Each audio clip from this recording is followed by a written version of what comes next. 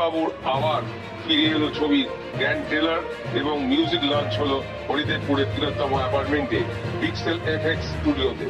Jayashree Chowdhury entertainment প্রযোজিত স্নিগ্ধ মজুমদারের সঙ্গীত পরিচালনায় বিক্রম বৈদ্যের শব্দ প্রক্ষেপণে পাশাপাশি Ved media connect digital marketing and প্রমোশনের মাধ্যমে এই ছবি শীঘ্রই মুক্তি পেতে চলেছে বিভিন্ন প্রেক্ষাগৃহে।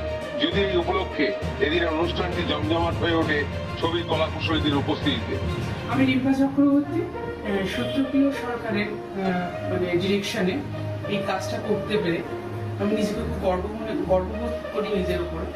কারণ এই নামটার মধ্যে যে এত সুন্দর একটা অনুভূতি লুকিয়ে আছে। আর আমি খুব হ্যাপি যে অঞ্জন বাবু আবার ফিরে এলেন এই ছবিটাতে কাজ করতে পেরে।